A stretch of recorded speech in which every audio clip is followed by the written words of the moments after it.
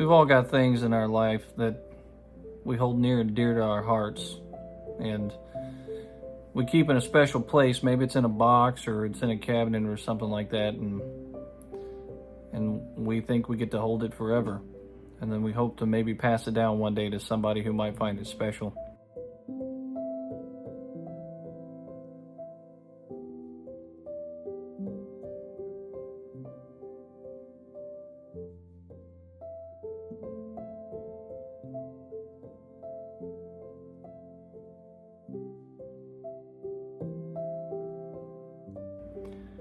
Well, sometimes those things, they trickle down through the years and they don't stay with the families that they came with, and they end up in antique shops or thrift stores or things like that.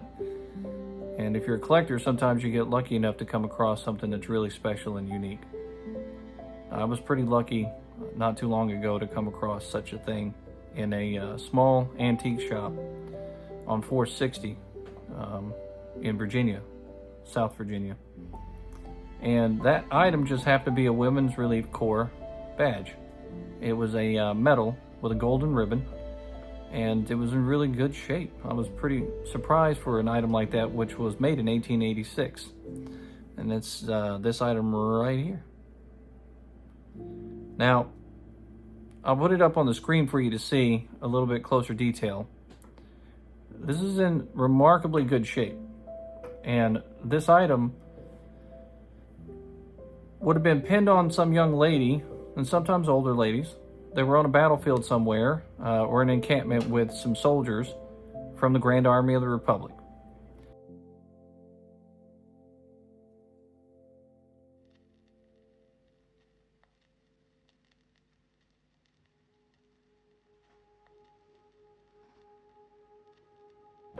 And the reason why they were out there is they were basically helping these old men out on these battlefields that were meeting and talking about the old days, about the days when they were soldiers, and the victorious battles that they had in various locations in the struggle to preserve the Union. Now, initially, this organization was formed somewhere around 1879 in Massachusetts. That's where some of the first women started getting together. But the Women's Relief Corps came into play around 1883. They couldn't be part of the Grand Army of the Republic because they weren't soldiers, but they wanted to celebrate with the soldiers just the same, because they supported the men just as much as in that war effort, just as much as the weapons did, just as much as their comrades did in their fight to preserve the Union. So they wanted to give something back to those men. Now, many of those guys couldn't get around the battlefields anymore the way that they used to. A lot of them were missing limbs, and really old guys. So these women would get out there and bring them meals. They would support them if they needed help walking around the fields, bring them crutches or prosthetics that they had for their arms or legs. Sometimes they would empty out bedpans, things like that. And if these men had real difficulty, they were there to nurse them through. They would even go into the tents and, bring cold towels, wet towels if they had to. If these men were starting to expire, they would get help. And if you look at some of the videos from Gettysburg, Pennsylvania, of the encampments that were out there, you'll see some young women in the background walking around with some of these older soldiers. And a lot of these men did not have family members with them out there to help them out at these encampments. So these women were vital to these encampments.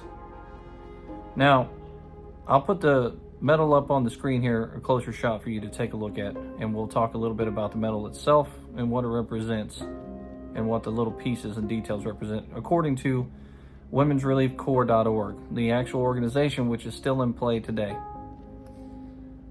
The ribbon, color of red, white, and blue stripes, are changed to indicate officer status. For local Corps officers, they have a light blue ribbon. Departmental officers, the ribbon is bright red, and for national officers, the ribbon is a golden yellow. Each officer's position is indicated at the top bar, so this bar indicates aide. The center of the badge is circular, and it's surrounded by stars. There are two American flags flanking figures in the center. And the figures are the Goddess of Liberty, a soldier, a boy, and a woman. The soldier symbolizes fraternity. It's a key element for understanding why a women's organization uses the term fraternity in most salutations.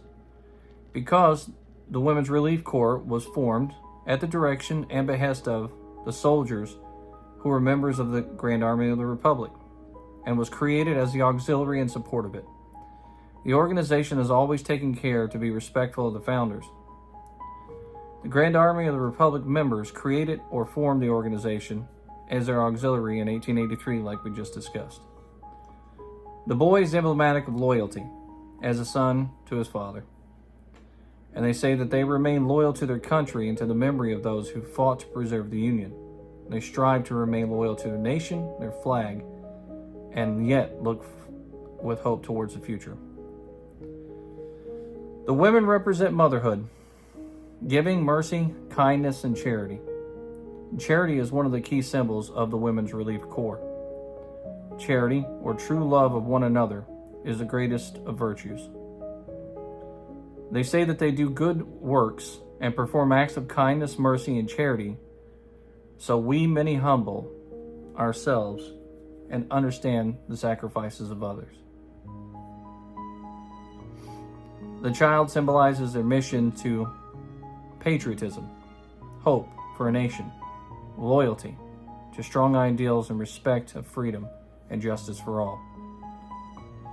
And just below that bar, you will see a gold tassel, and it has the initials FCL. And it's a reminder of their motto, which is fraternity, charity, and loyalty. So as you can tell by looking at this medal and listening to what they have to say about it on their website, this is an extremely important thing today to them, just as it was to them back then. Imagine being a young woman and you're presented with this medal. You feel like you're a part of something extremely important. You're dedicated to these soldiers because you know how dedicated they were to you and to the country. These women really helped. They put themselves out there, and they didn't get paid for this. This wasn't something that they did just because they wanted attention either.